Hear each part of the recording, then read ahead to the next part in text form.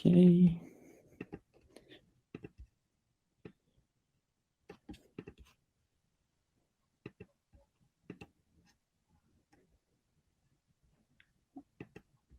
Acredito que a gente já está ao vivo. Bom, então, boa tarde todo mundo que já está aqui com a gente, assistindo a gente. Boa tarde o Rafael, que veio aqui fazer a palestra para a gente hoje.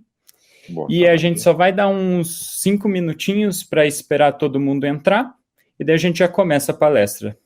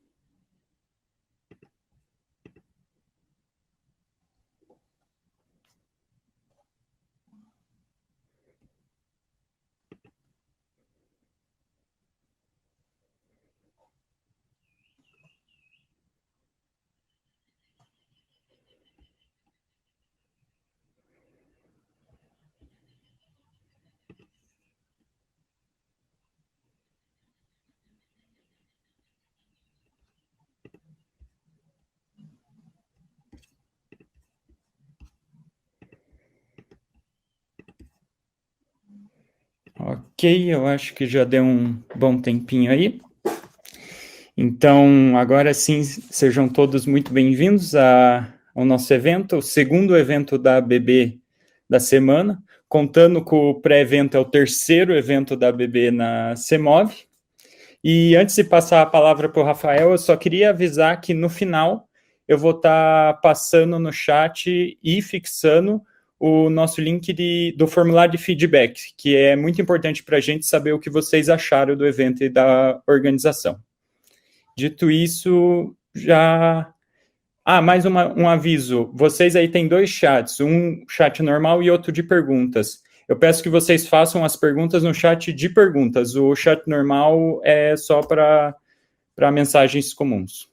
Dito isso, já pode começar a apresentação.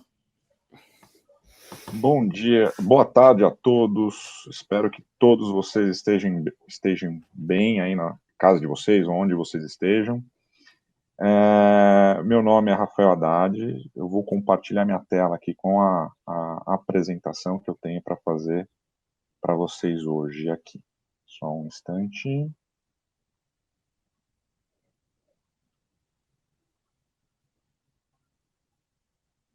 Bom, não sei se todos conhecem a ABB, né? A ABB é uma empresa suíço-sueca. Nós estamos no Brasil há mais de 100 anos e hoje o nosso foco, né, da empresa a gente trabalha muito com indústria, principalmente nas áreas de automação, robótica, eletrificação e motion, né? Depois, se vocês quiserem, a gente pode entrar um pouco mais de detalhe, o que a ABB faz e as outras áreas da ABB que faz, tá? Nós temos, o que é importante aqui também e legal, a gente tem um programa de estágios, a gente, é legal, quem quiser, quem está na fase de procurar estágio aí, entra no site, dá uma olhada, e o ano que vem eu sei que assim, a gente vai ter um novo programa, que as meninas do RH, depois a gente vai tentar falar um pouco com vocês sobre esse novo programa. Até acho que no sábado eu vou estar lá disponível aqui para conversar com vocês, se for o caso, tá bom? Bom, eu preparei essa apresentação aqui para a gente pegar o passado e o futuro desse mundo maluco que a gente vive, né? A gente pensa em tecnologia, pensa em digitalização. Então, assim, a minha ideia com essa apresentação é tentar trazer para vocês, né, pensarem algumas coisas diferentes, pensarem num futuro diferente para a gente, para o nosso país, enfim, para a nossa indústria. Então, esse é o foco. Vai ter algumas coisas que a gente depois, eu quero dar tempo para a gente conversar bastante e a gente trocar um pouco de experiência, perguntas, porque eu acho que esse que é o que vai trazer, vai ser algo mais legal para a nossa apresentação. Aqui está o meu contato, tem meu e-mail, meu LinkedIn, então se vocês quiserem, pode tirar foto do link, do QR Code aqui, me adicione na rede de vocês.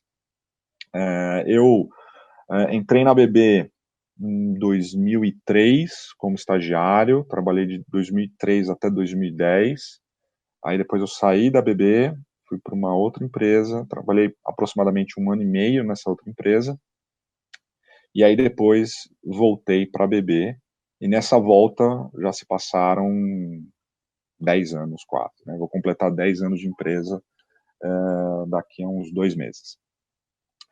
E o que é importante na minha história aqui com a ABB, né, e com os clientes, né? Sempre procurando o quê? Como eu consigo ajudar os clientes a serem mais produtivos, né, e serem mais eficientes, com o uso de todas as tecnologias ou tudo que tem disponível no mercado, tá? Então é isso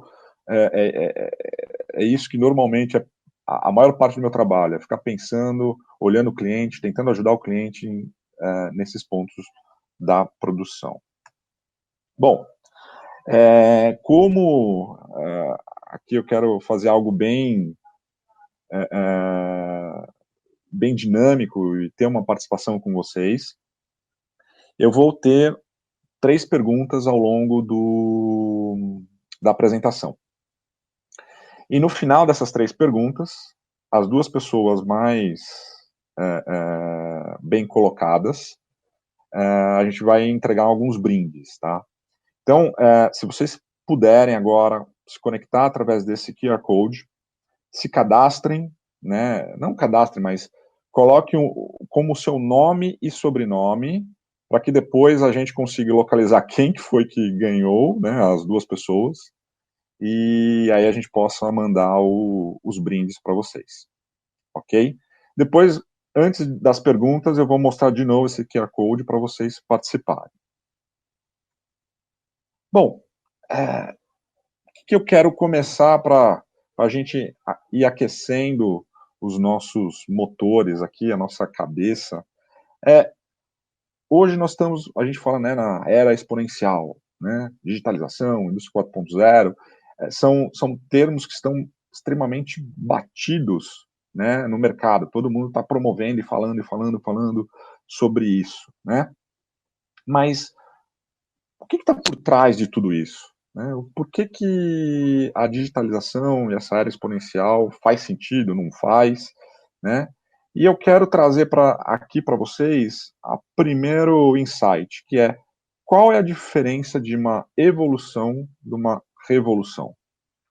Então, quando a gente pensa em evolução, igual eu estou mostrando aqui, nessa figurinha, a evolução são pequenos passos que a gente pode, né, seja aonde que for, a gente vai dando esses passos e alguma coisa vai mudando. Essa mudança, ela é de leve, devagar, contínua, ao longo de muito tempo. Então, se a gente olhar aqui a evolução, né, do macaco até o Homo sapiens, demorou milhares de anos, né? Então, isso é uma evolução. Por outro lado, o que é a revolução? A revolução, ela é algo que acontece e ele muda radicalmente o destino das coisas, né? Então, a revolução, ela vem para mudar as regras do jogo, para mudar a forma como que você joga, a forma como que a sua empresa produz, ou a forma como a sua empresa faz alguma coisa. Então, essa que são a diferença. E hoje nós estamos vivendo a quarta revolução industrial, né? Então, para a gente começar a aquecer o motor, eu vou passar um videozinho aqui para a gente começar a pensar nessas revoluções e o que está vindo pela frente.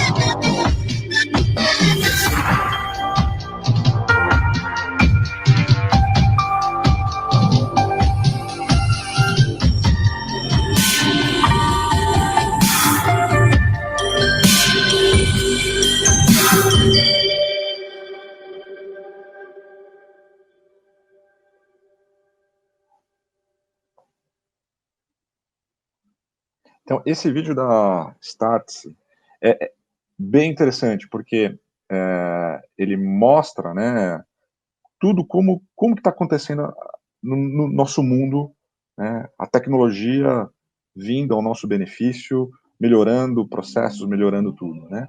Então, e depois, lógico, no final, será que né, você está preparado ou não, né? Então é isso que depois a gente vai discutir um pouquinho. Quando a gente olha as revoluções, a gente volta lá para a primeira revolução industrial, né? Então, o que aconteceu quando a gente olha na primeira revolução industrial? Basicamente, o trabalho, a manufatura, seja o que for, que era antes, era o quê? Era com base na força da pessoa, ou de animais, né? Então, veio uma nova tecnologia, algo totalmente diferente, que foi a máquina a vapor. Com a máquina a vapor, o que aconteceu? Alguns segmentos, por exemplo, estou mostrando aqui um trem, né? Esse mercado foi totalmente transformado, né, e abriu novas possibilidades para você usar máquina a vapor no transporte, na indústria, entre outras aplicações. E o que aconteceu? Né?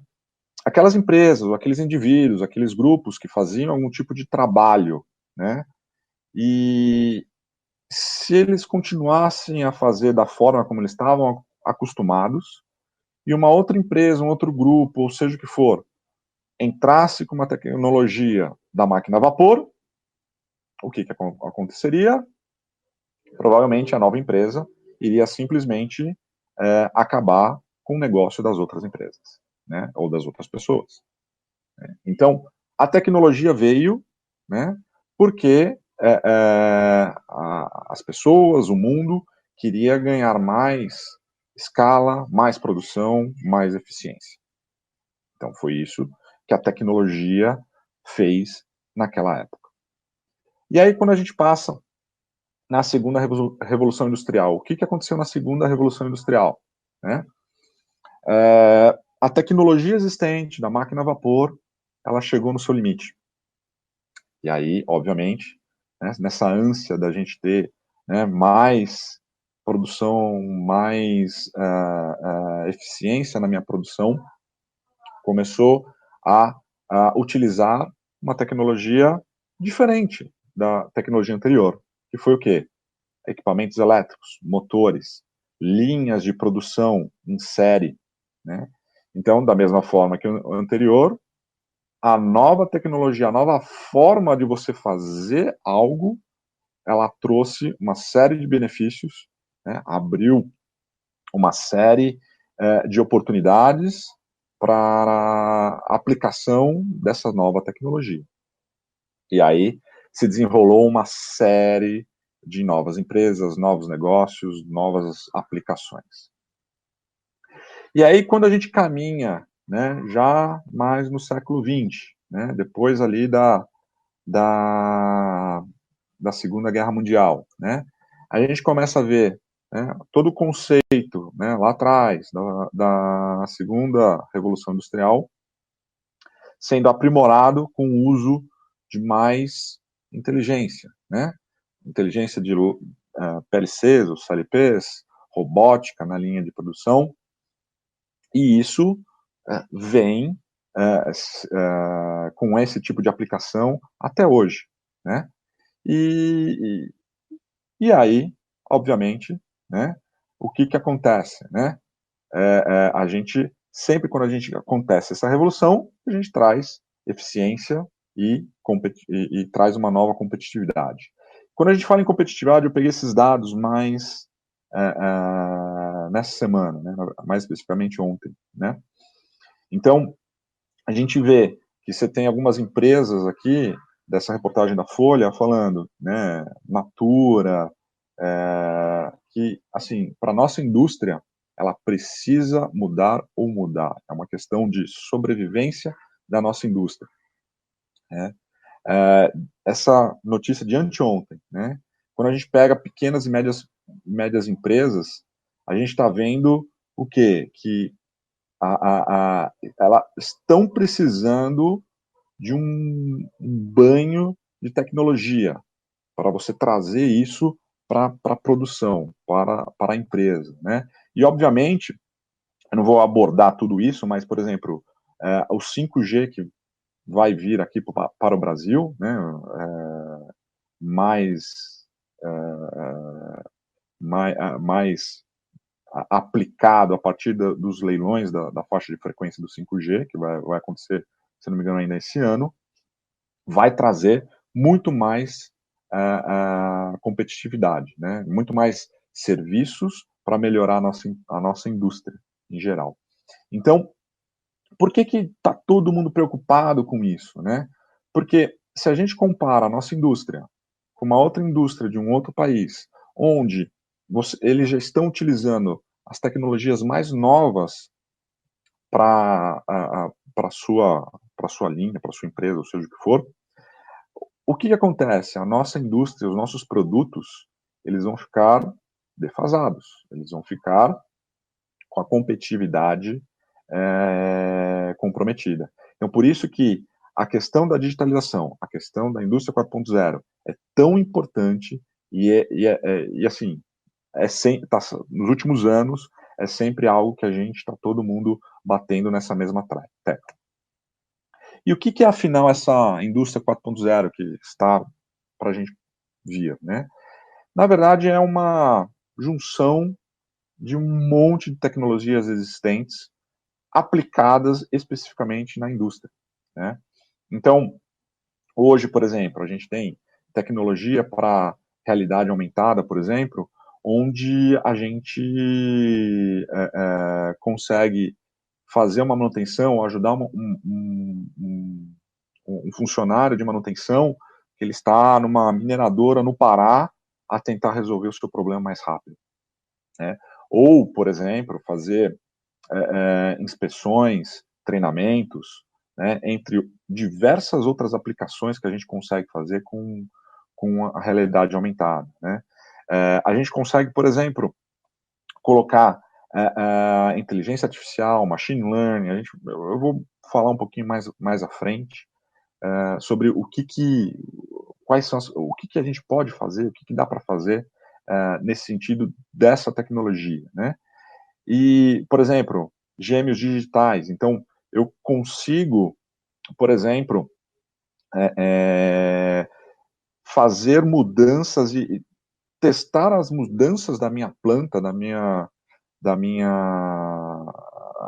daquilo que eu quero modificar para ver se funciona ou não, num ambiente totalmente virtual, né? Hoje, se não me engano, às 11 horas, quem participou teve um workshop da GM sobre essa questão de você fazer a engenharia ela virtual e quais são os benefícios, né?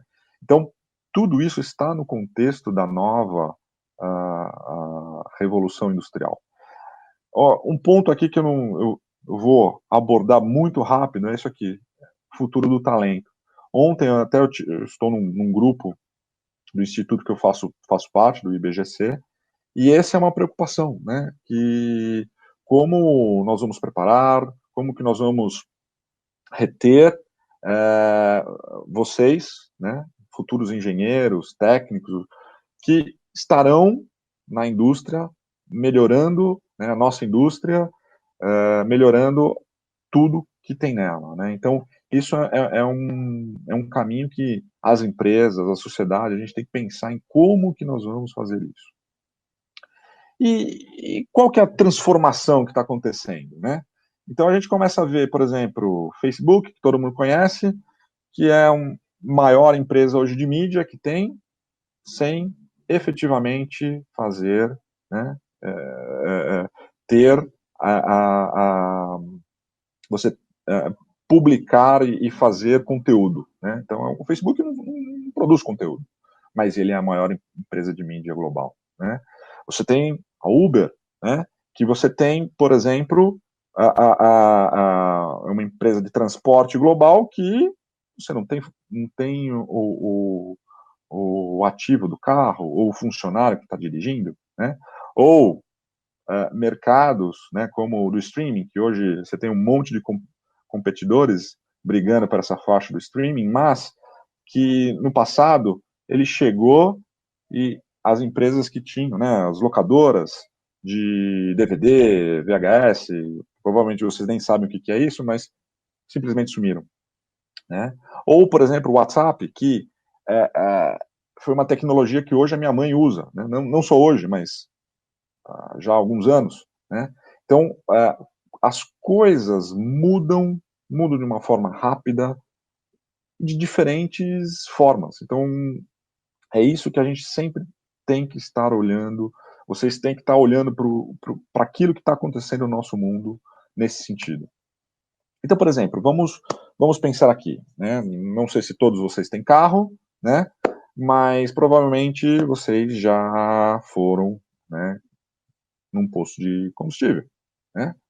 Então, você imagine você atrasado para ir trabalhar, para a faculdade, ou seja o que for, putz, eu tenho que parar lá 15, 10 minutos, poxa, eu vou perder a minha aula, eu vou perder a minha prova, né? Será que não tem um jeito mais fácil, mais inteligente, para a gente pensar em como resolver esse tipo de problema? Existe uma empresa nos Estados Unidos, mais especificamente na Califórnia, que eles estão pensando em um modelo de negócio um pouco diferente, né? Ao invés de você ir no posto de gasolina, o posto de gasolina vai até você. Então, eu estou no meu trabalho, estou na minha faculdade, o posto de gasolina vai lá com um caminhãozinho, ele abastece para você, e na hora que você for pegar o seu carro, ele está abastecido. Ou, né, se você tiver um carro elétrico, eles vão com equipamento, com baterias, ou seja o que for, onde você consegue fazer isso no período que você estiver fazendo outra coisa. Então, o modelo de negócio, seja de abastecimento, seja o que for, ele pode mudar, né? Vai dar certo isso? Não sei. A ideia é muito boa, né? Então a gente tem que esperar para ver todo o desenvolvimento, como que vai acontecer, mas no meu ponto de vista é algo que muda as regras do jogo, né? Agora aqui nós vamos partir para a primeira pergunta aqui do nosso quiz. E a pergunta é a seguinte: se vocês conhecem esse caça. Então, o que eu vou pedir para vocês? Quem ainda não entrou, entra no QR Code aqui, entra com seu nome e sobrenome como nickname, e eu vou fazer essa pergunta aqui no nosso quiz. Estou vendo poucas pessoas, pelo menos até agora somente 4, 5 pessoas, vamos ver, 6, agora está aumentando. Deixa eu voltar um pouquinho aqui para o QR Code, para ver as pessoas que estão entrando.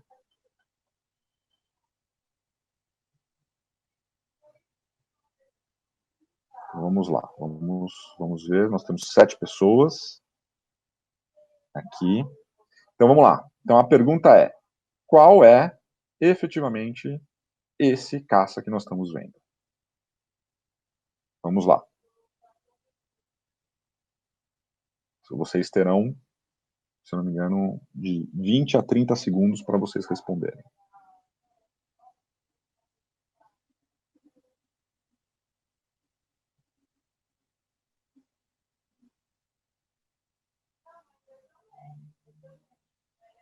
Vamos lá, 2, 1, deu. Bom, infelizmente ninguém acertou essa, né? Todo mundo foi, a maioria aqui foi no F-18, alguns foram no Mirage, mas a resposta certa era o Gripen. Por que eu estou perguntando isso para vocês? E aí é a história que eu quero contar para vocês do que muda nessa digitalização e nesse mundo maluco que a gente está.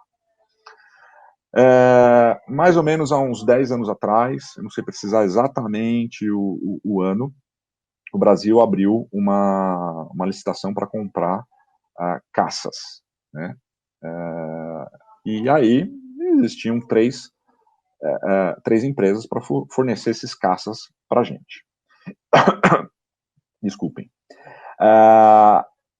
Então a gente tinha o Rafale, da França, da Dassault, a gente tinha o Gripen, da Saab, da Suécia, e o F-18, da Boeing, dos Estados Unidos.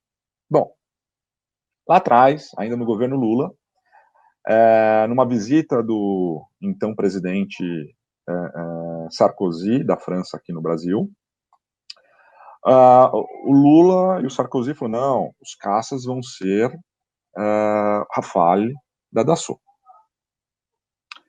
Depois, por indas e vindas, enfim, aqui eu não vou discutir eu também não sei os detalhes, mas o que aconteceu? No governo da Dilma, o governo brasileiro foi lá, estava decidindo comprar, ao invés do Dassault, né, comprar o F-18 da Boeing. Estava praticamente o negócio fechado, porém, né, e a Dilma, ela ia para os Estados Unidos para fechar esse contrato lá na Casa Branca e tudo mais. E aí, justamente, uma semana antes dela ir para os Estados Unidos, o que aconteceu?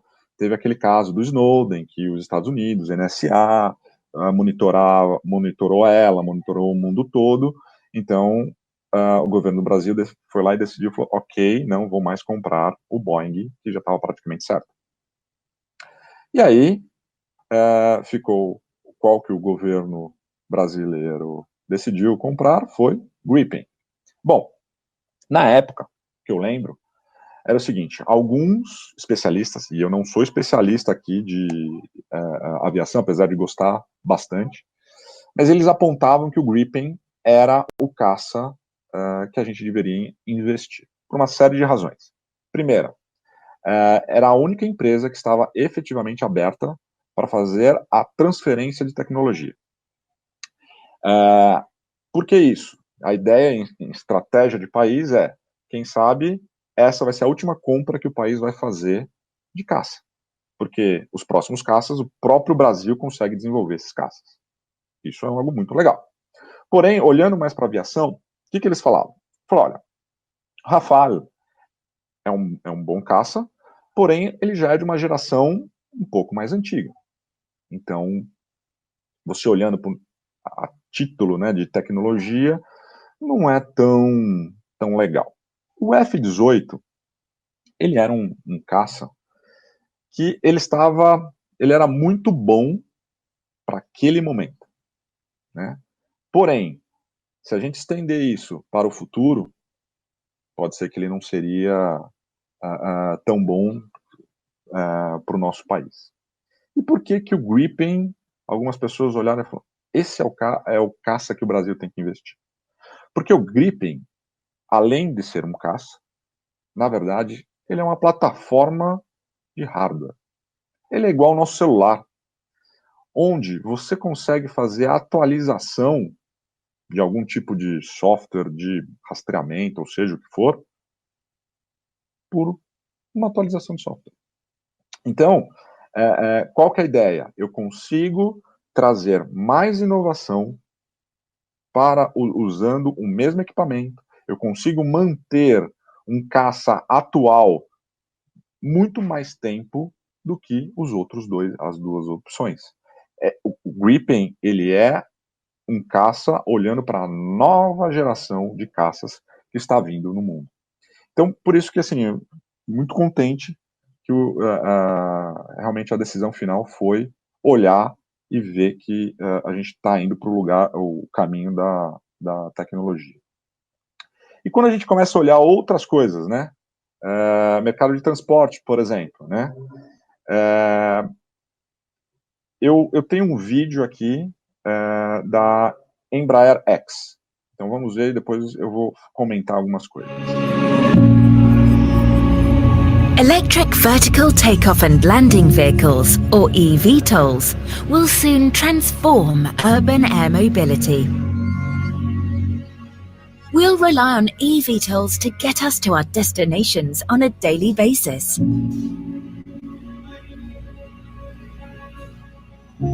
Commercial aviation has an enviable safety record, and we will expect this same high standard of safety for urban flights.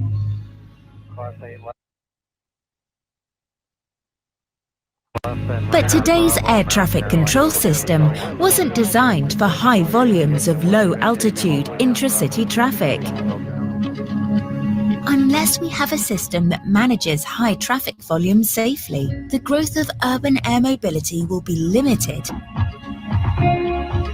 New concepts such as Unmanned Aircraft Systems Traffic Management, or UTM, show great potential, but they don't address the unique safety and operational needs of piloted passenger-carrying flights that rely on voice-based communication. we've developed a concept called Urban Air Traffic Management, or UATM, to ensure the safe scalability of urban air mobility. UATM proposes a centralized system for managing urban air traffic that also exchanges information with ATM and UAS service suppliers.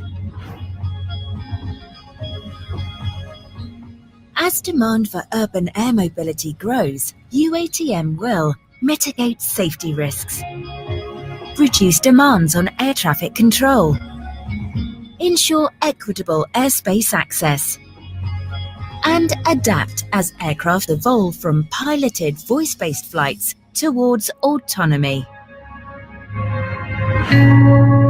UATM is built on two foundational services: airspace and procedure design, and information exchange. These foundational services ensure a harmonized approach to integrating all airspace users, including conventional aircraft and unmanned aircraft systems. To support daily traffic management needs, UATM provides 4 operational services: flight authorization, flow management,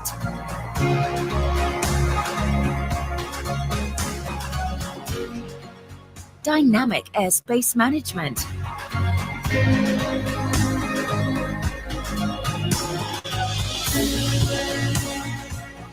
and conformance monitoring.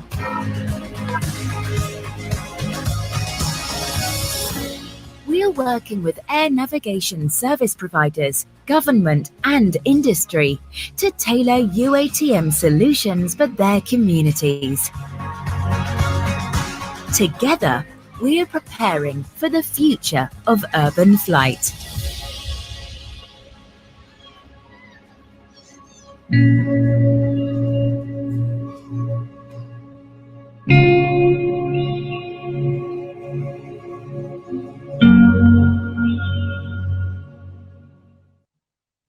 Então aqui não é só o desenvolvimento de algo diferente, né? eVTOL, né? VTOL, Vertical Takeoff and Landing, né? E de Electrical, mas e sim você desenvolver um sistema, um ecossistema todo para você fazer esse serviço de tráfego aéreo urbano, né? E aí a gente olha aqui, né, a Embraer, através da Embraer X, ela fechou a parceria para desenvolver 200 desses veículos, né? Essa informação, ó, junho deste ano, né? E alguns anos atrás, isso até antes da pandemia, você já tinha alguns testes acontecendo, principalmente com o Uber, se não me engano, em Abu Dhabi e na Austrália. E aqui no Brasil, eles estavam estimando alguma coisa em termos de alguns testes, enfim, ainda não estava nada, mas assim, eles fizeram uma simulação, né?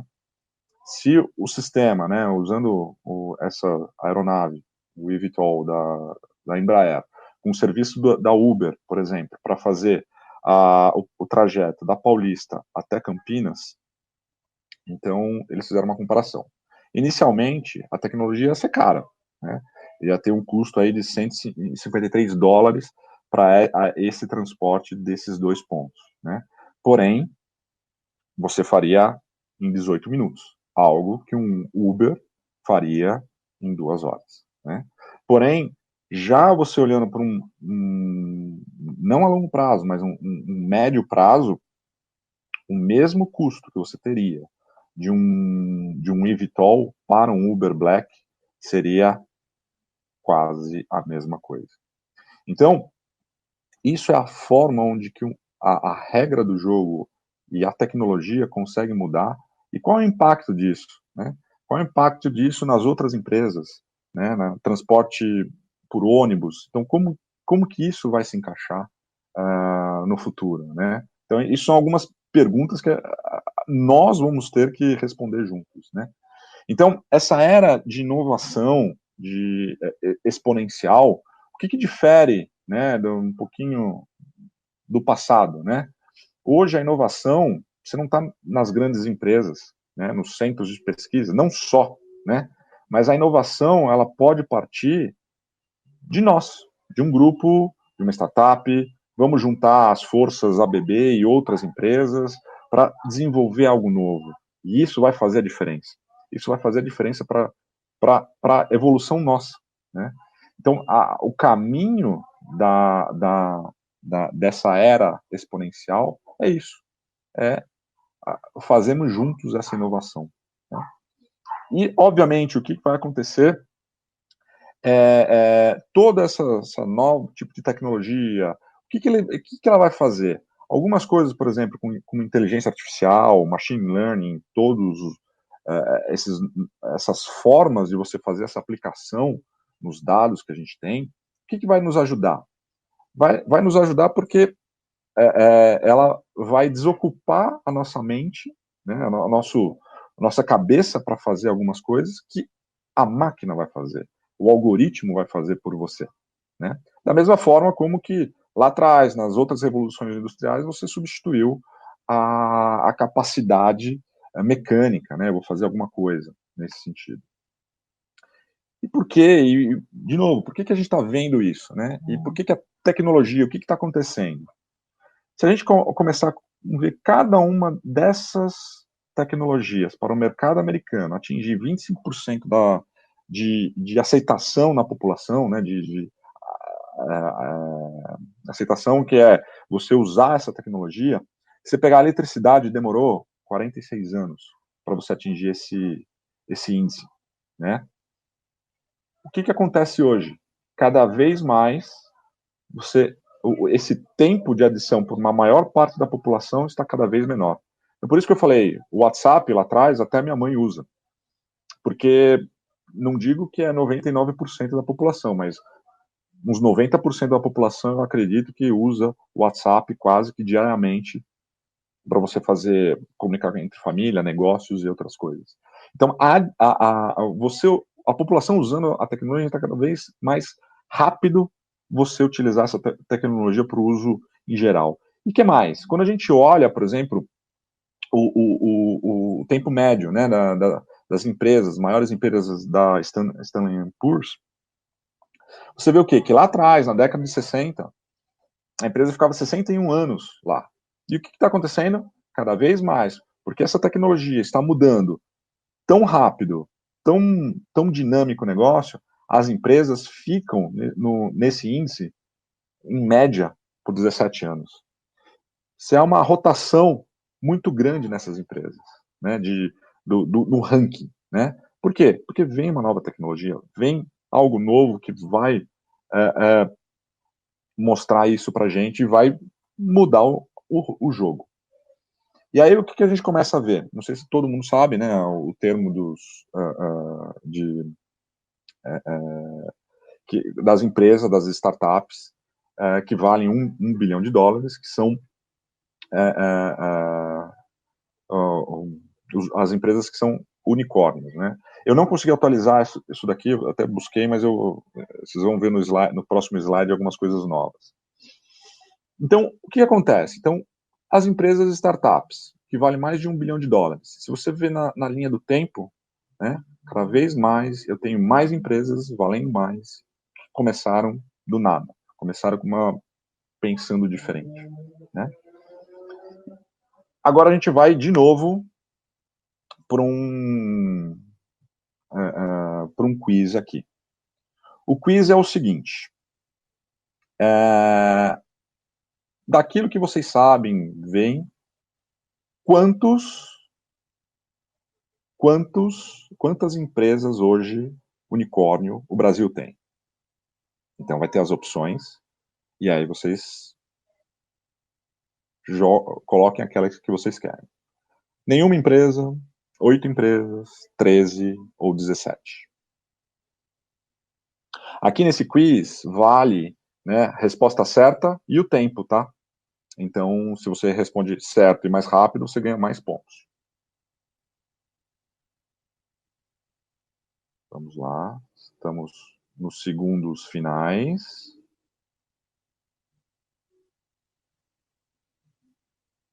Vamos ver. 2 pessoas acertaram. Nós temos 13 empresas hoje nessa brincadeira do bilhão. Vamos ver aqui. O Regis e o Vitor estão na frente aqui do nosso quiz. Vamos voltar lá para a apresentação. Essas são as empresas que eu pude pesquisar com base nessa CB Insight. Então você pode ver, tem a Nubank, 30 bilhões valendo a empresa, entre outras, né? iFood, né? Log, que a gente vê às vezes na rua. Então, todas essas empresas chegaram, mudaram uma forma de fazer alguma coisa e hoje vale mais de $1 bilhão de dólares, né? Será que essas 13 empresas é muito, é pouco? Né? Então, eu fui tentar descobrir isso. Isso daqui é um relatório deste ano, tá? Então, o que eu percebi? Né? A gente olhando, vamos tirar os casos que são mais... são os líderes, né? Vamos falar assim. Então, obviamente, Estados Unidos, China, Índia e Reino Unido, eles têm um número muito grande dessas startups que são unicórnio. E nós estamos aqui, com 13 empresas. Então, você olhando esse cenário, países que você tem uma pegada muito mais de inovação, né? Então, por exemplo, você pega aqui a Suécia, que é um país que eu conheço bem, e eles têm a inovação como uma coisa que eles precisam pensarem diferentes, terem inovação. Eles só têm 4 empresas. Então, o Brasil, apesar de todas as dificuldades que a gente conhece do nosso país, a gente está com um número que é bem próximo de Canadá, Alemanha, França. São países que, você queira ou não, você tem uma estrutura melhor do que a gente, né, em termos de educação, tecnologia, acesso e tudo mais.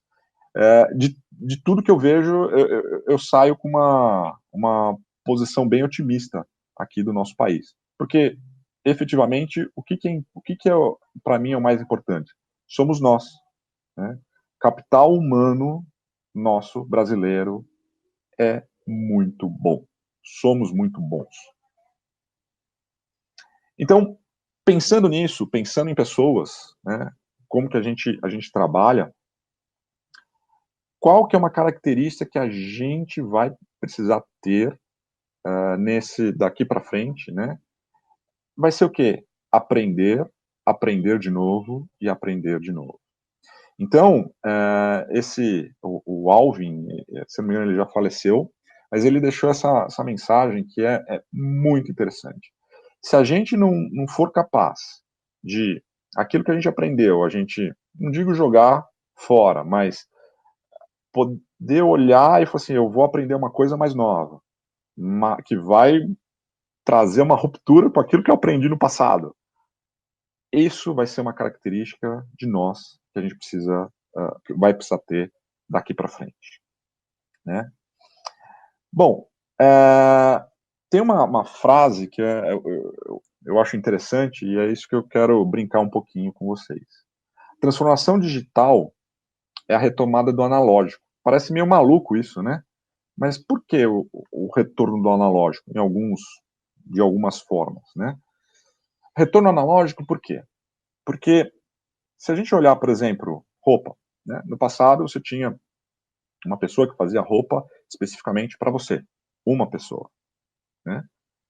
E aí, obviamente, a gente virou, né, vamos dizer, mais digital, onde você tinha a linha de produção produzindo números, né, serial, número, grade de números, né, para diferentes tipos de pessoas. Então, isso é o que a gente tem hoje. E quem sabe para o futuro, o que a gente vai ter? O analógico, em que sentido? Você vai ter a sua peça de roupa, o seu tamanho, não importa qual é o tamanho, o número que é o padrão, vai ser para você. Então, esse conceito de você voltar ao analógico, voltar àquilo que você precisa, é algo que a gente vai começar a ver cada vez mais, né?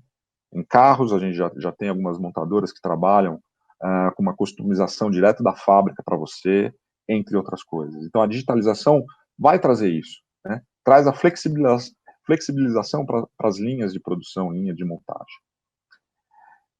Então, o que a gente está vendo é isso. A digitalização vai trazer um resultado analógico depois no final. Vai ser um resultado que vai ser para você. Pode ser que para mim não vai ser para mim, mas vai ser para você. Vai ser individual, né? E, obviamente, quais são a perspectiva, né? A gente ter um gap, né, em termos do meu exponencial para aquilo que a gente tem hoje, né? Que tipo de gap, né? A gente ter, por exemplo, quem sabe, nos próximos 10 anos, 40% daquelas empresas do Standard & Poor's simplesmente desaparecerem. Por quê? A empresa, ela não pegou a forma de trabalho do novo, né? Ou porque, ok, eu quero produzir algo diferente. Então, esse jogo ainda a gente vai jogar e a gente vai ver nesses próximos anos o que vai acontecer com essas empresas, né? E aí as tecnologias que a gente tem hoje disponível, que a indústria 4.0 está aplicando cada vez mais, são todas essas, né? Então a gente tem realidade aumentada, que eu já falei, inteligência artificial com machine learning e tudo mais, né? E aí eu vou trazer aqui o nosso último quiz, para a gente determinar quem que vai ser o nosso ganhador dos nossos brindes, né? As duas pessoas. Existe esse pintor, Edward Munch, e ele que fez esse quadro famoso do grito. Então, o quiz é o seguinte, eu tenho essas 4 pinturas aqui, eu quero que vocês selecionem quais são as pinturas, 1, a 2, a 3 e a 4, quais que vocês acham que a pintura foi efetivamente feita pelo Edvard Munch. Então, vamos lá para o quiz. Vocês estão preparados? Vamos lá.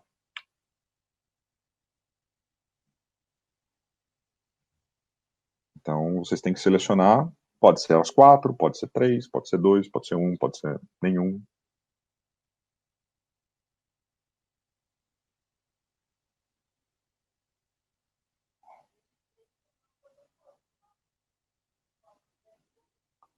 Vamos lá, 14 segundos.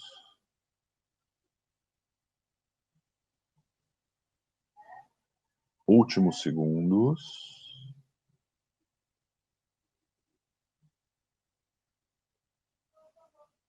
Muito bem. Então aqui, na verdade, apenas a figura número 2, que não era do Edvard. Vamos ver os resultados. O grande vencedor do nosso quiz foi o Regis. E em segundo lugar, ficou o Vitor.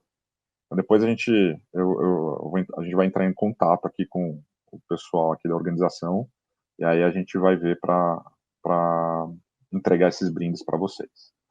Por que eu trouxe isso aqui para vocês? E por que isso é importante?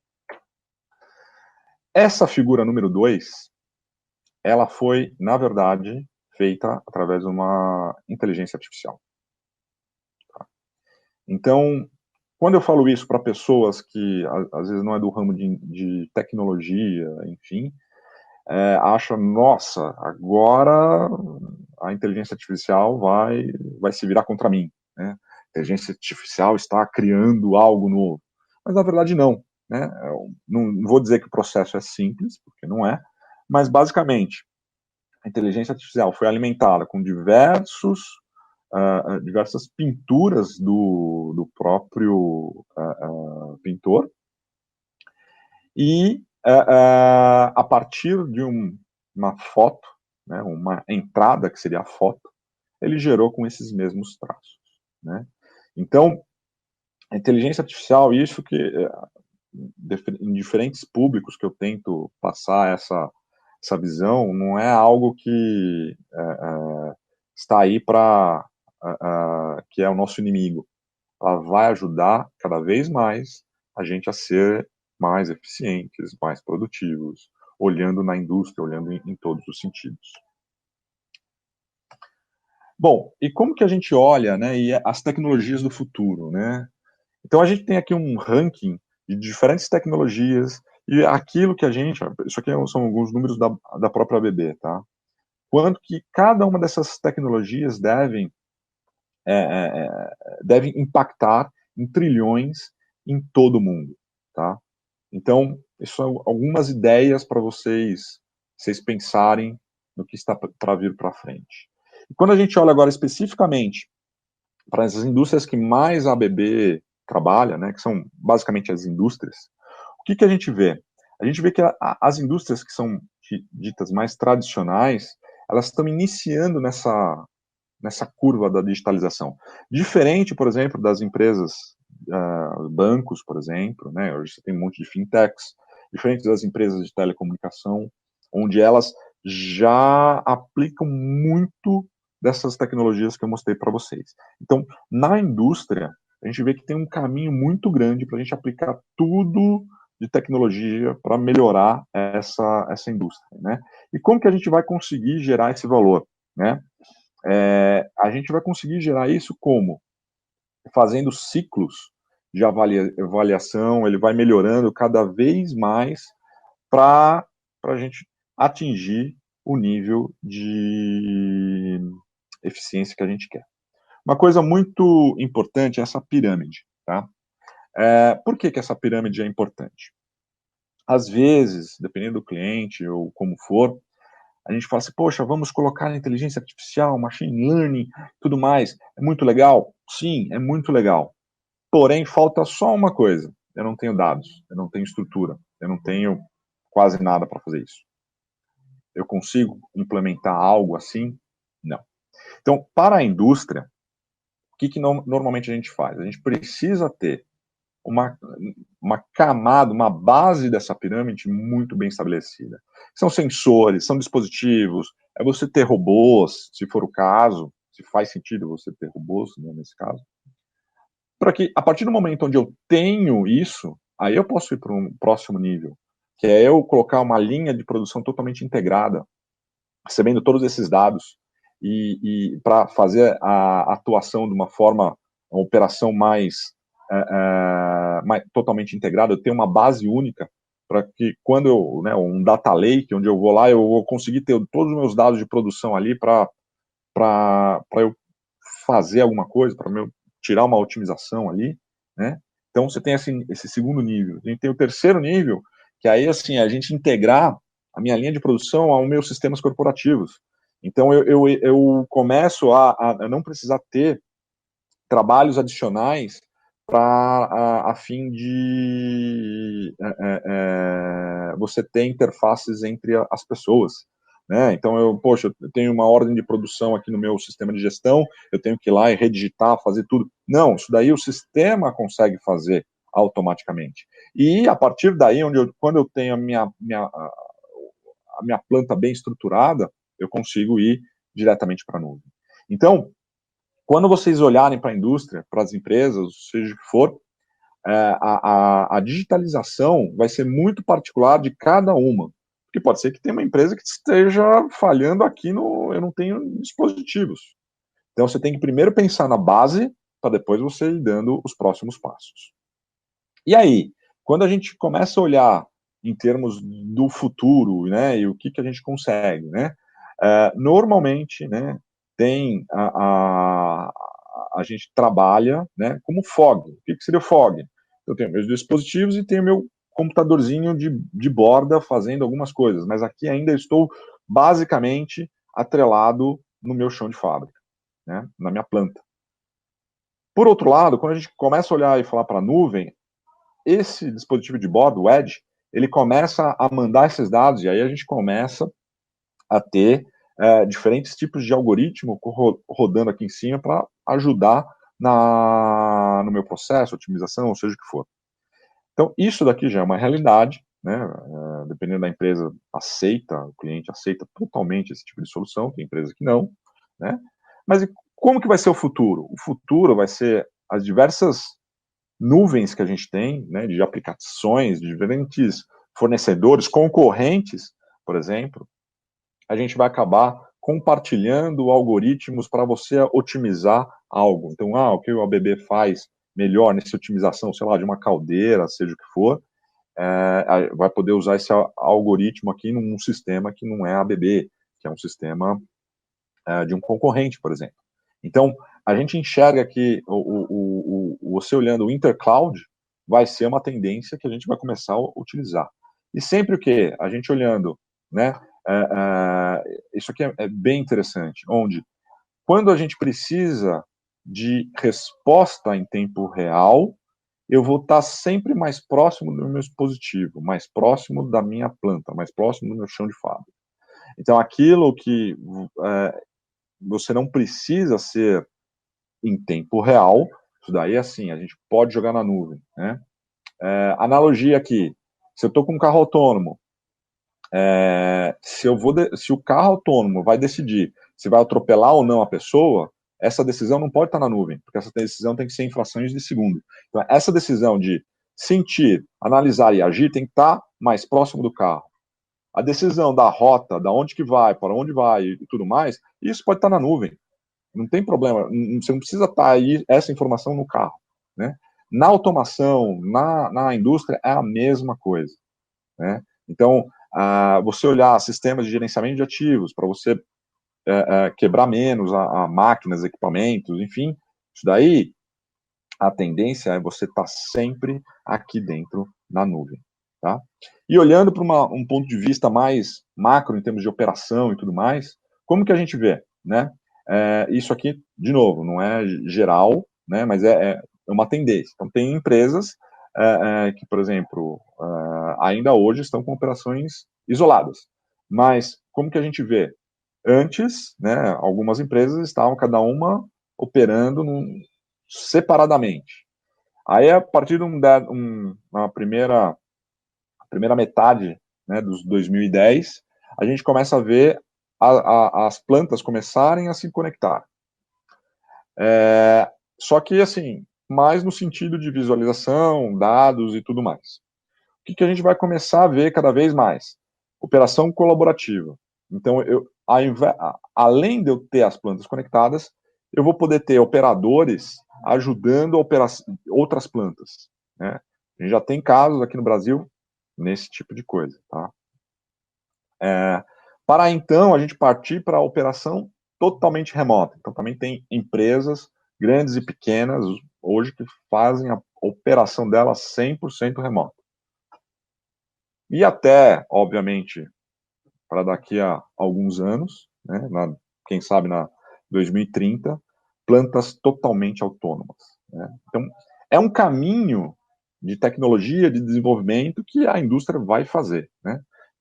Dependendo de onde que a indústria está, isso aí é muito particular de empresa para empresa, mas esse é um caminho que vai acontecer. Eu tenho aqui um vídeo especificamente sobre a mineração.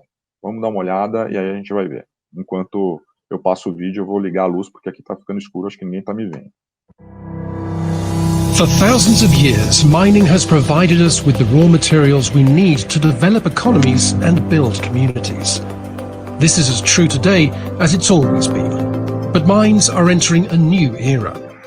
The environment of the modern miner is being transformed. Welcome to the ABB Digital Mine. In the digital mine, every operational detail is connected, improving safety, productivity, and efficiency. Mine location intelligence optimizes the potential for remote working. Real-time positioning insights and controls give miners 100% secure access control and shorter evacuation time.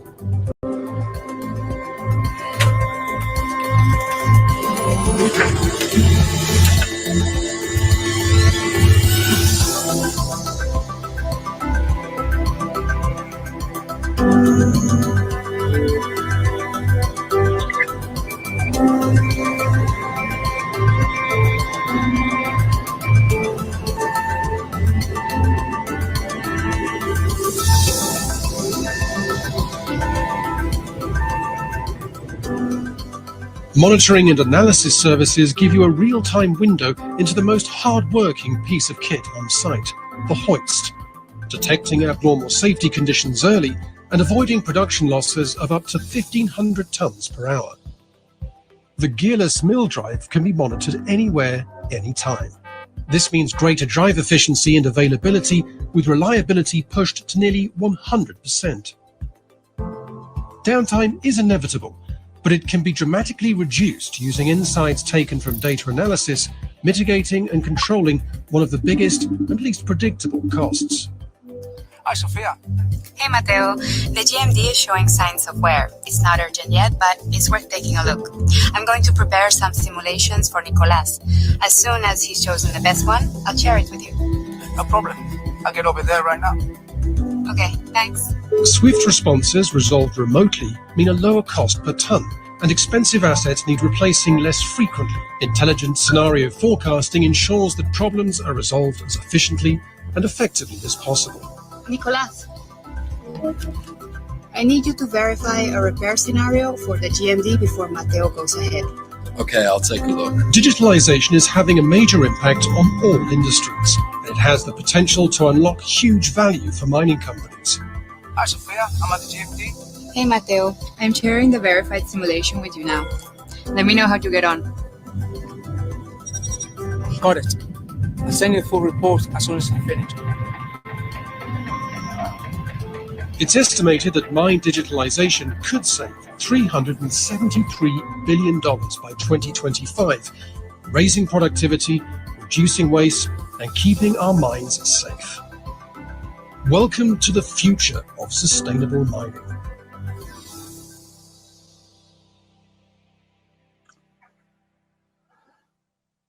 Quase todas essas tecnologias que apresentou aqui, elas estão disponíveis, né? Com exceção da parte de hologramas, né? Um óculos de realidade aumentada tão fininho assim, mas a tecnologia para tudo isso ele está disponível, né? Eu tenho aqui alguns casos. A Vale, ela tem uma mina chamada S11D, que é a maior mina de ferro do mundo, e essa mina a gente implementou com todas as tecnologias mais novas, mais legais, para tudo. Então, por que foi diferente esse projeto, né? Porque, normalmente, no processo de mineração, você vai lá, coloca a dinamite, explode, coloca no caminhão fora de estrada, aquele caminhão grandão, e leva para você fazer o beneficiamento, né? Aqui não existe caminhão. Você tem um sistema de esteiras transportadoras, correias transportadoras, pegando minério, né, automaticamente, então vai escavando automaticamente, colocando nessas esteiras, trazendo para a área de beneficiamento, tudo sem caminhão, né? Então, toda a tecnologia usada foi para quê? Diminuir os impactos, diminuir o gasto, por exemplo, de combustíveis fósseis. Então, tudo pensando como eu consigo trazer uma mina usando e melhorando a sua eficiência, né? E no meio de tudo isso, por exemplo, eles queriam ter visualização da planta, né? Indicação da planta. Eu quero andar pela planta sem eu estar efetivamente na planta. Então e isso foi um desenvolvimento aqui do Brasil, tá? O nosso time de R&D que desenvolveu tudo isso. Onde você faz esse caminho pela planta, olhando indicadores de produção e tudo mais. Então, algo extremamente diferente que se tem no mercado. Entre outras coisas, o que a gente tem? Agora, não só olhando para o caso de mineração, mas no mercado em geral. Tem uma tecnologia chamada Smart Sensor, da BB, que foi pioneira nisso. A gente olhando para aquela base daquela pirâmide, poxa, eu tenho uma indústria, eu tenho um monte de motores elétricos, e eu preciso ter dados, eu quero ver se o motor está vibrando, não está, a temperatura e tudo mais.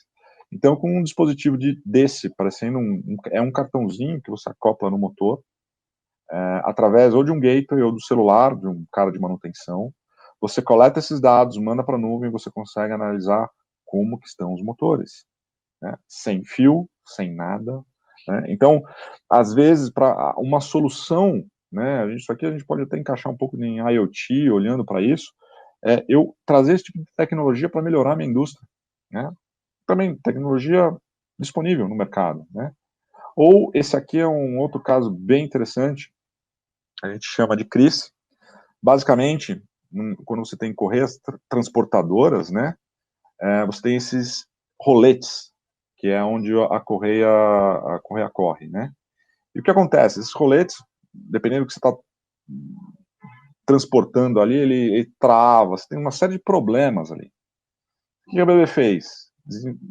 Desenvolveu esse robozinho, onde ele vai lá, ele fica correndo num trilho ao lado da minha correia transportadora, tem uma série de parâmetros, temperatura, som, seja o que for, para ver e avaliar, falar assim, poxa, esse aqui está com problema, esse aqui não está, é melhor você mandar um cara de manutenção aqui para ver esse. Para quê? Né? Se vocês já tiverem contato com manutenção, existe essa curva PF, né? O que é? Aqui é o ponto de ruptura, onde a gente tem a falha efetiva, né? Então, esse tipo de sistema, o que a gente quer? A gente quer identificar o problema antes dele começar a apresentar essa falha, para que, então, eu não interrompa a operação da minha planta, né? Então, a digitalização ela vai muito nesse sentido, né? Então, eu convido vocês a pensar, vamos pensar juntos, né? E aquilo que vocês quiserem compartilhar, precisarem da minha ajuda para pensar em alguma coisa maluca, estou à disposição aqui para falar com vocês. Agora eu abro para perguntas, se tiverem perguntas.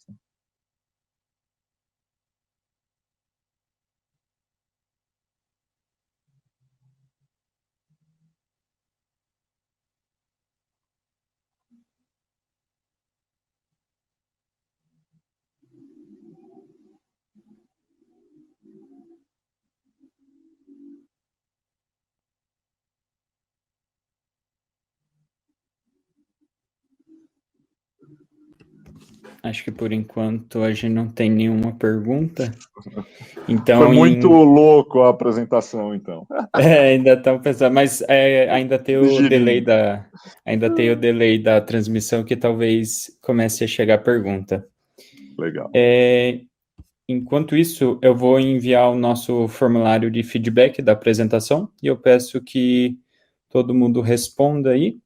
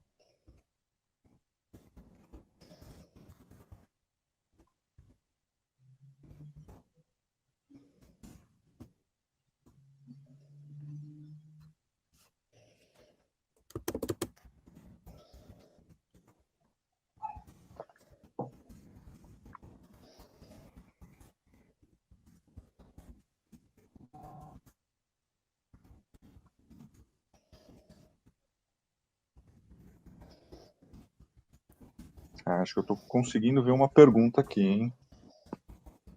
Da Juliana Guimarães. Quais são as qualificações que o engenheiro tem que fazer para se atualizar e acompanhar o mercado de trabalho que acompanha a indústria 4.0? É uma boa pergunta, Juliana. Na minha visão, né, nós engenheiros, né, e todo mundo que está olhando para a indústria e tudo mais, o que a gente precisa é ter a vontade, a curiosidade para a gente melhorar algo, né? É buscar informação, é ser flexível e pensar diferente, né? Essa apresentação foi o que eu quis passar é justamente isso. A gente tem que pensar diferente. Ah, mas eu preciso ter saber os bits and bytes, como a gente faz um algoritmo de machine learning. Pode ser que sim, pode ser que não, tá?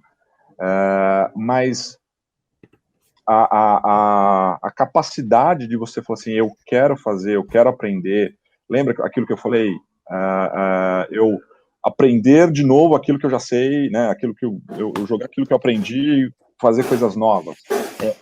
É isso que vai fazer o diferencial para você. Espero que eu possa ter respondido a sua pergunta. Aqui do Regis. Como é avaliada a perspectiva da popularização dessas tecnologias para que se tenha a demanda que justifique o custo de implantação? Falou, o custo de implantação, né, enfim, e a demanda, tudo depende de um projeto, né, de capital, projeto de investimento, né? Então, por exemplo, vamos supor, eu acho super legal a inteligência artificial e eu quero entrar de cabeça para colocar na minha indústria, na minha empresa. Pode ser que o resultado final dessa implementação, o projeto não se pague. Por quê? Você tem um custo mais alto, né? Então, tudo é com base no estudo, né, de investimento, de retorno de investimento, da tecnologia. E por que eu estou falando isso? Porque, às vezes, a gente está querendo resolver um problema com inteligência artificial, apesar de eu gostar, achar legal, e esse é o caminho, mas a gente está querendo matar uma mosca com um canhão. Pode ser que a gente não precise disso. Então, nós, como engenheiros, vamos projetar, vamos otimizar alguma coisa, a gente tem que olhar e falar assim, qual é a tecnologia mais apropriada para o custo-benefício para o projeto parar de pé. Senão não para de pé, né? Ou, por exemplo, às vezes, o que está na moda, às vezes, o pessoal às vezes põe que a digitalização e tudo mais, a indústria 4.0 é colocar robô na fábrica. Pô, mas eu não preciso colocar robô na fábrica. Não, mas eu vou pôr para fazer qualquer coisa. Pode ser que o custo não vale. Então, assim, nós temos que definir e calcular e pensar, projetar, assim, isso vale a pena, essa tecnologia não vale a pena. Falei, acho que não respondi para você, mas o caminho é esse, é estudar, olhar e fazer o projeto parar de pé antes de você começar a executar, lógico.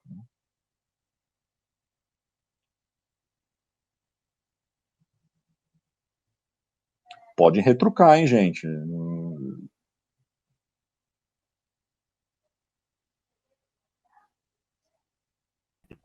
Bom, acho que a gente tem mais algumas perguntas aqui. Quais são os maiores desafios para a implementação da digitalização no Brasil e no mundo hoje? A Gabriela perguntou.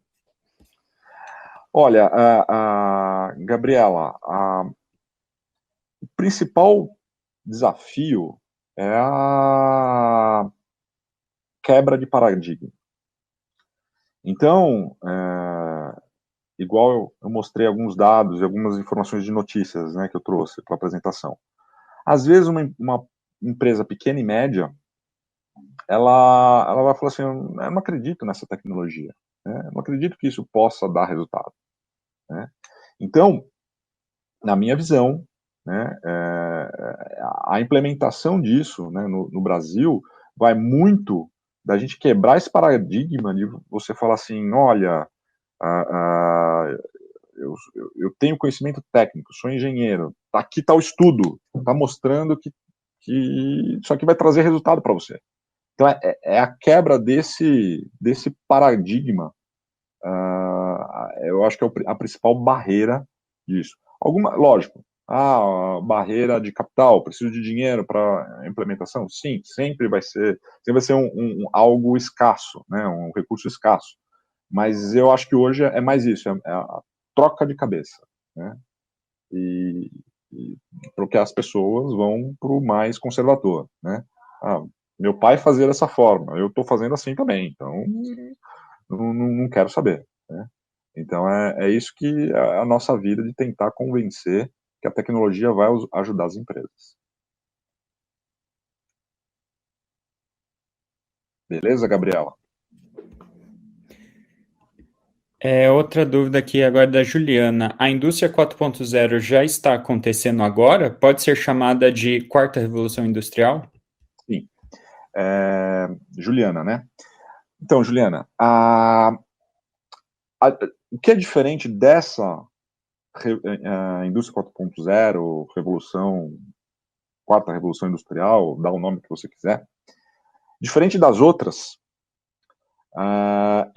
nós estamos vivendo e nós estamos trabalhando nessa revolução, todos nós. Diferente das outras, que foi o quê? Teve uma mudança de tecnologia, um monte de empresa mudou, quebrou, outras abriram. Teve uma revolução aqui, né? Isso foi no passado. A indústria 4.0, a digitalização, dá o nome que você quiser, ela está acontecendo agora. E ela está acontecendo em todos os países. Não é só na Europa, Estados Unidos, Ásia. Não. O Brasil também está acontecendo, né? Então, isso envolve tudo.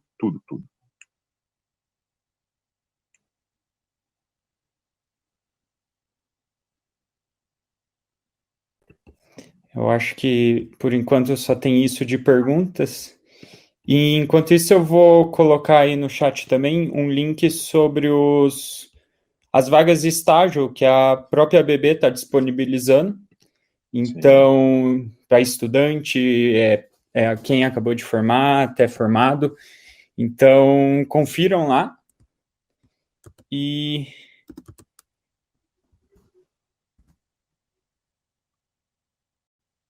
que nem eu falei, deixa eu só ver minha agenda, mas eu acho que no sábado, às 11 horas, eu vou estar disponível também para conversar com vocês, em termos de estágio, junto com a Fernanda, da ABB.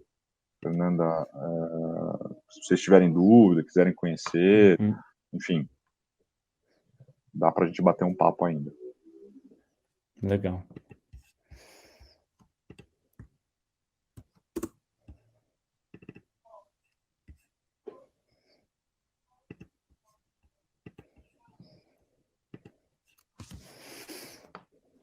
Chegou mais uma pergunta aqui.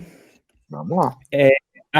O João Henrique perguntou: a implementação de recursos tecnológicos em massa não pode acabar prejudicando quem não tem a devida qualificação? Como conciliar essa questão sem extrapolar nem pressionar os funcionários? Sim. João, essa é a pergunta que todos nós, a gente tem que tentar resolver.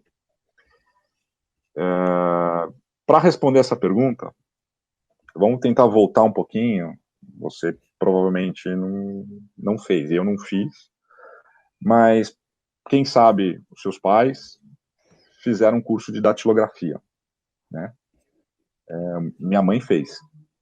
Minha mãe tem seus 72 anos. O que aconteceu da década de 80 para cá, né? Então,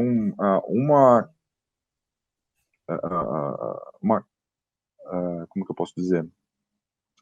A pessoa tinha que ter uma habilidade para fazer, para ser desenvolvida para datilografia, para você usar a máquina de escrever, para você desenvolver a sua carreira lá na década de 80. O que aconteceu na década de 90 para frente? Né? Eu não fiz datilografia. Chegou aquela pecinha chamada computador. Disseminou em massa. O que aconteceu? As pessoas, né, que só datilografavam, aquelas que migraram para a nova tecnologia, o que aconteceu? Continuaram empregadas. Né? E essa nova tecnologia, o que aconteceu? Abriu um leque de oportunidades para não só na datilografia, abriu TI, abriu o mundo por conta dessa tecnologia. Então, quando a gente agora volta na sua pergunta, o segredo aqui é como a gente vai pegar as pessoas e treinar essas pessoas. Pode ser que a tecnologia vai substituir a função dessa pessoa na empresa? Pode. Essa pessoa, ela está com vontade de aprender, se aprimorar? Está. Então, ela tem que ter um caminho para se aprimorar, ter esses novos competências para usar a tecnologia, para desenvolver a tecnologia, para, então, aplicar. Se a gente conseguir fazer isso, a gente vai aumentar o número de pessoas empregadas. Né? Então, esse é o segredo. Eu tenho a resposta? Não, eu não tenho a resposta. Na verdade, acho que ninguém tem a resposta de como fazer isso, né? Ou como implementar isso. Né? Mas isso tem que ser implementado. Se a pessoa quiser, se a pessoa tiver a vontade de aplicar essa nova tecnologia, ela vai ter um caminho na sua carreira, vai ter salário, vai ter emprego. Né? Vamos fazer uma outra analogia. Né? Robôs, né? Eu posso implementar um robô para tirar uma pessoa da linha de produção, correto? Então, o robô está tirando um emprego de uma pessoa. Só que como que o robô ele é instalado na planta? Tem que ter gente para fazer isso. Como esse robô ele vai fazer os movimentos que ele precisa? Precisa de alguém para fazer isso. Como esse robô, depois que você implementou, ele vai ser mantido? Vai ter manutenção? Tem que ter gente para isso. Então, você indo na digitalização, você tem um caminho para você gerar mais empregos. E por que eu falo da robótica? Você pega nos países onde você tem mais robôs instalados, lógico aqui, guardadas as devidas proporções, igual eu falei na apresentação, a gente sabe no país que a gente vive, nas dificuldades que a gente tem, mas o nível de emprego é sempre maior, porque você gera muito trabalho, gera empregos. Né? Então, assim, é difícil, a gente tem dados para isso, provar, é difícil fazer isso. Né? Mas é algo que nós, né, a sociedade como um todo, a gente tem que estar sempre olhando e ajudando essas pessoas. A função nossa é essa.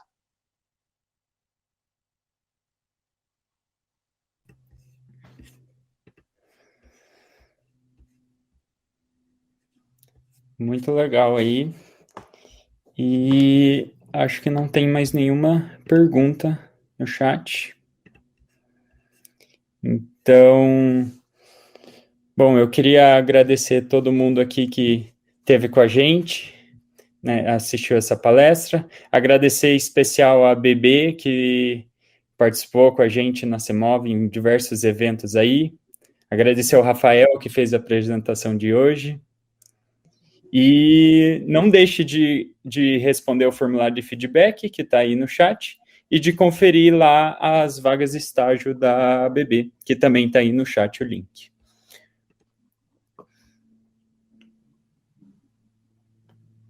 Beleza, pessoal. Obrigado, hein?